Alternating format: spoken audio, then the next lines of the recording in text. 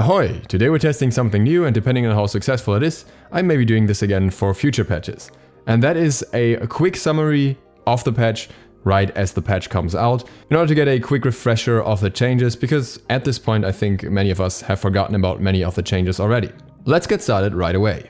Patch 7.10 comes with 6 new skins, one for Medusa, Ra, Carnunos, Amaterasu, Discordia and Loki. The main aspect of the patch is obviously the Loki rework that comes with changes to all of his abilities, which I'm not going to go through in detail here. Generally speaking, he's going to be a lot more viable in jungle than he was before, and might generally find a new identity, as split pushing will no longer be his strongest aspect and he can teamfight instead. Loki has received a secondary set of buffs since the PTS was released, and is now also going to be banned in Ranked for the first month after his change. Classic Joust will temporarily be returning for this patch with a Halloween theme. 2 Hunter items, Atalanta's Bow and Silverbench Bow, see a 5% decrease to their attack speed, and the movement speed buff from Atalanta's Bow is slightly decreased. Overall, I don't think either of these changes will drastically change how you want to build, because both items are still very strong and will remain core in the builds that utilize them. A much more significant change is the Gladiator Shield rework, which reduces the cost by 100 gold and entirely overhauls the passive. The passive now activates a 60% enemy health and scales with your protections from items and abilities, meaning certain guards will really shine with this item, especially when utilizing it solo, but maybe also in support. Emperor's Armor gets an incredibly minor increase to its protections. Hydrodynamian Lion gets its block stack requirement increased to 120 protections per stack, meaning it's a lot harder to actually reach the full stacks in many situations now, and it's going to push the item even more into a very specific niche. In terms of guard changes, we first up have Anhur, who gets his Disperse sped up significantly, which will probably have a major impact on his performance, because it allows him to play even more aggressively than he already could beforehand and get punished even less.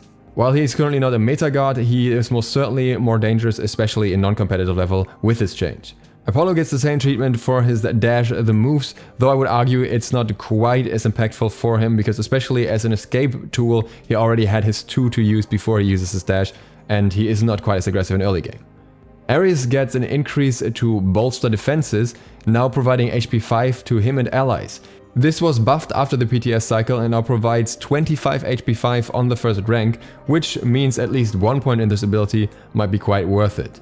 Artu gets a healing increase to her 1 energy surge, an extra flat 20 per target across all ranks, meaning especially in earlier ranks, the sustain from this is increased quite a fair bit, which makes her a more potent support and may actually feel impactful, considering she used to be quite strong at her peak. Baron Samedi gets a 10% scaling increase to Vivid Gaze, which will likely not make a major difference. Fenrir, however, gets a pretty significant buff. The base damage on his Leap Unchained is increased by 10 across all ranks, and in addition to that, Ragnarok, his ultimate, has the movement speed increased significantly from 50% to 75%, even though you have to keep in mind that diminishing returns come into play here. Considering he was even picked in competitive before this buff went through, this might make Fenrir a lot more interesting in multiple roles. Hachiman gets a buff to his ranged basics, Eagle Eye now scaling the same way across all distances and getting a minor damage increase at max rank. Such, especially during the laning phase, you should make sure to juke as many of these shots as possible. Osiris Sickle Strike damage is increased by 5% and the Lord of the Afterlife leap range is increased by 10 units. Keep in mind that he also benefits from the Gladiator Shield buff, meaning that Osiris may be doing pretty well on the next patch. Saket gets a scaling increase of 20% on her Ambush, her 3, and Cobra's Kiss, her 2, gets its cooldown reduced by 2 seconds. This is likely to bring Saket back at least a little bit, how much exactly I find hard to determine at this point.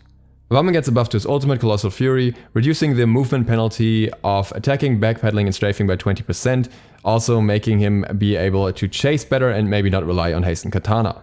And that is it for this very digestible overview. If you enjoyed this, let me know in the comments, and if you're new to the channel, hit the sub button so that you get notified of upcoming videos like this one and others.